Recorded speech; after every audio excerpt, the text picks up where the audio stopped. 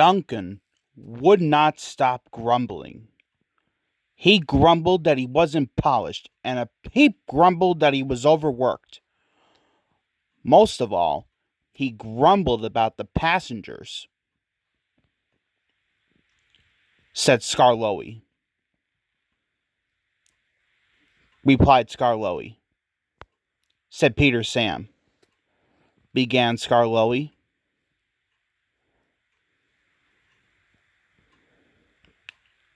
Murmured Peter Sam. Continued Skarloey.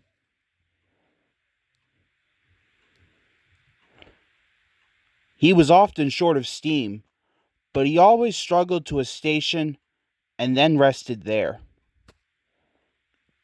He'd say. Huffed Duncan. He had stopped on a viaduct and hadn't cared at all.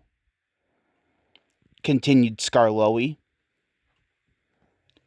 One wet and windy afternoon when the rails were damp, Rheneas was traveling home with a full train.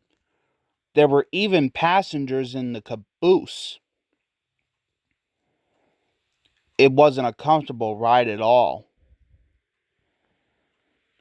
Rheneas's wheels kept slipping, and it was a steep climb. At last his wheels gripped the rails again.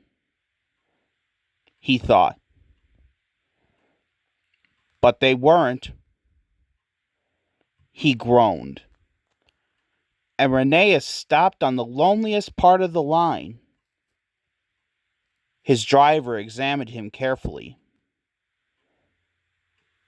Replied Rheneas. Rheneas did his best. He thought to himself. Everything blurred.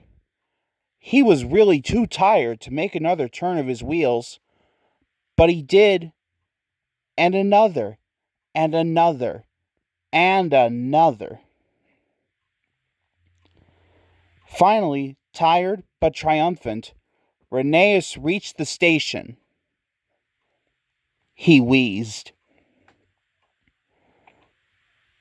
Said the passengers.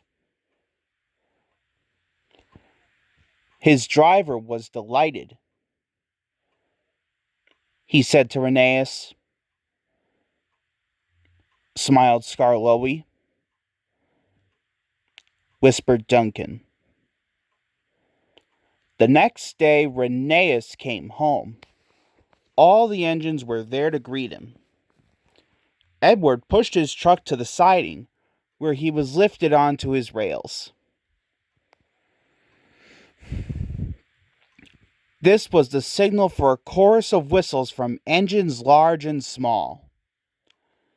Everyone was happy, and Rheneas was the happiest of all.